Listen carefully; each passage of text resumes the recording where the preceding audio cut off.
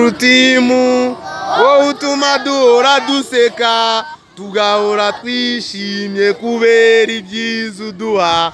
Muri ibyo byiza uduha hari ibyiza bisumba ibindi.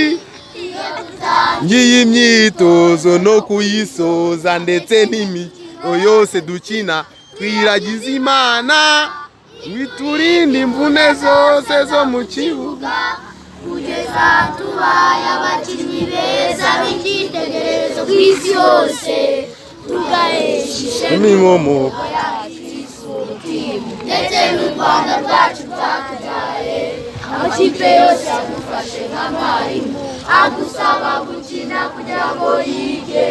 Iyo ugeze mu kibuga amasomo agaci gafana hose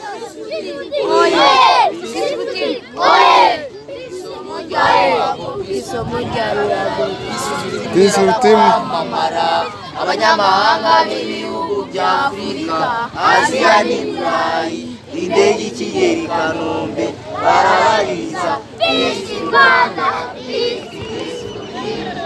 ubwo bagakerekeza eje mburabuturo ku kibuga bakahasanga abana ba Peace Team barakora imyitozo n'urukundo rwinshi, ishyaka n'umurava. Bose bati wow, it's amazing team, we want to stay here with Peace Team.